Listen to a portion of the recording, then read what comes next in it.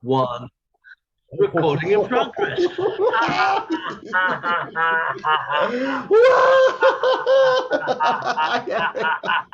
Hello, Jeffrey.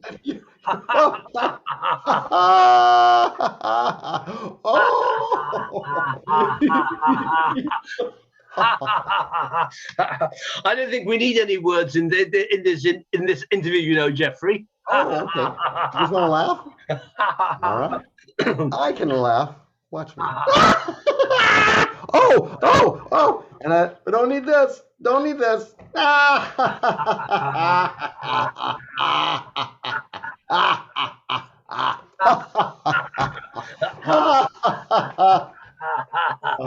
Anyway, exactly.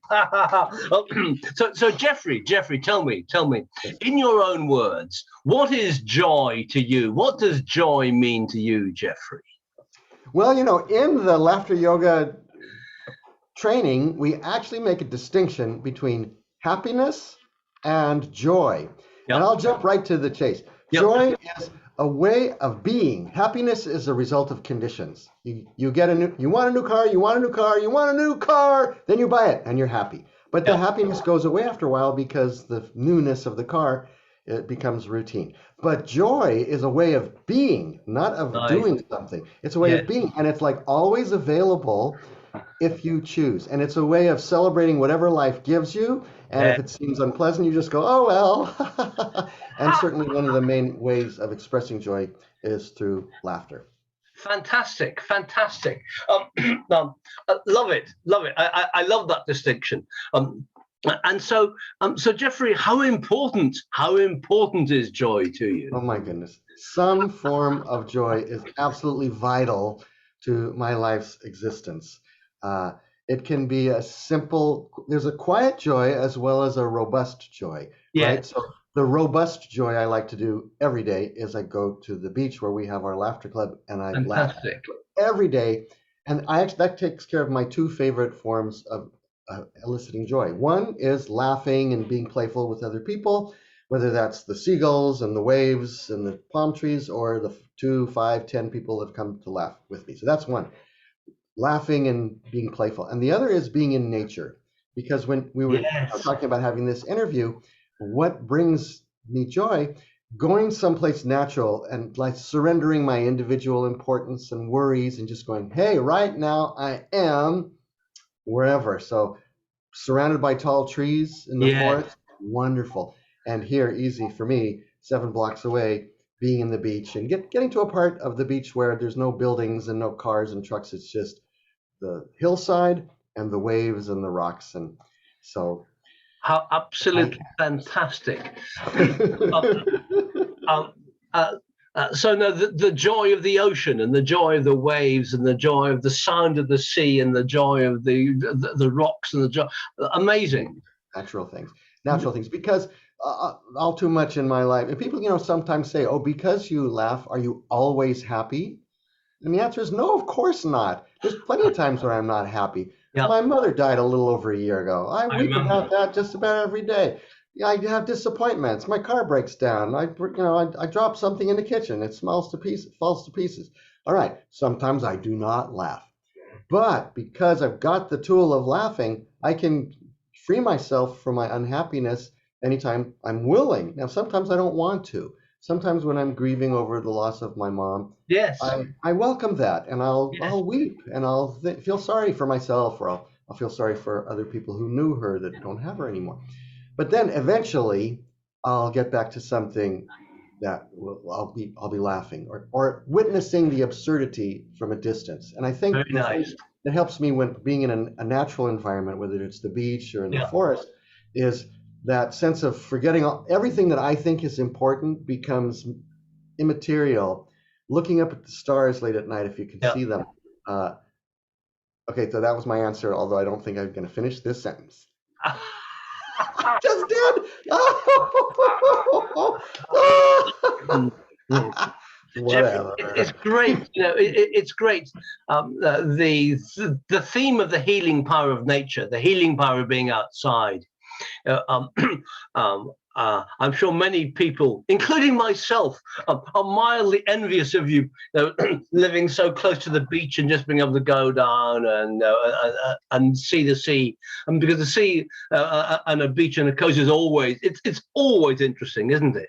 There's always always, always new, always something different. And I'll tell you, when there have been a few times in my life when I lived in a city, including in my adult life. But when I know where I'm going to live, I immediately find where the parks nearby. Yes. Where's some grass, where's some trees, some places where it's okay to just be, right? Because when you're on the streets of the town, you always feel like you have to be doing something and have a purpose. But you can just go to the park and sit on a bench or lie on the grass, or just even if it's freezing, well, be standing there with your umbrella and admiring nature. Because once you get to anything that's provided by nature, a flower, a tree branch, whatever, it's going to have detail and profundity to it, such that you can absorb yourself in it, and then all your problems go away for a while, and you can just be in gratitude. So I think the flip side of joy is gratitude, to be grateful for whatever you've got, whether that's someone who you get to look in their face and laugh with them, or a flower or a weed. You pick up a weed and you go, well, maybe a weed, but it does green well. Yes, fantastic. Good job. Well done. So, the third question is, if you, what would be your top tip, or your? I think you'll probably actually already answer this, but just a top tip. A top joy tip for people. If you were to make one suggestion, or one thing that you find particularly sort of helps you, which I think we've probably covered it, but just sort of, Jeffrey, just say it again. Let me say something. No, actually, let me make a little comment here, because much to my amazement, I have met people who, when I talk about, whatever you do, make it fun.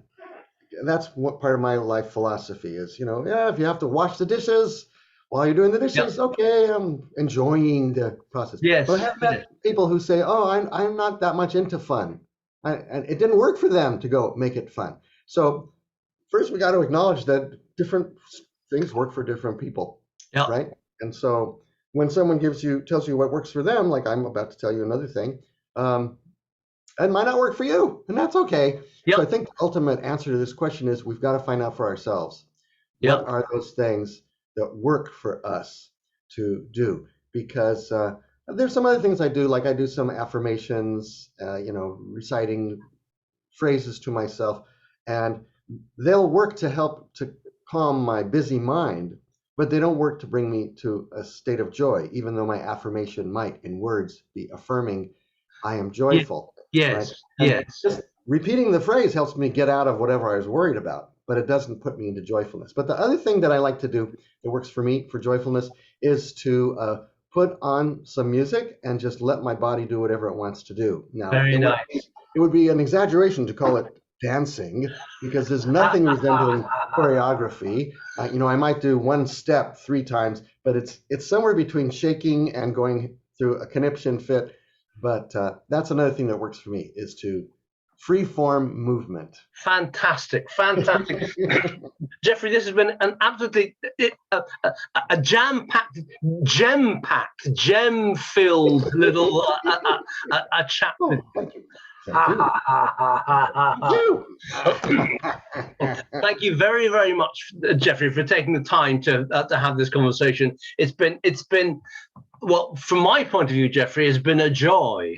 Well, thanks to you, Joyful Joe, for inviting me. Hey, Joe, Jeffrey, Joy, with the 3 J's. Yeah. It's been a pleasure. And thank you. Keep up the good work, Joe. Lovely. Well, likewise, fantastic, Jeffrey. Thank you so much. Okay, thank you.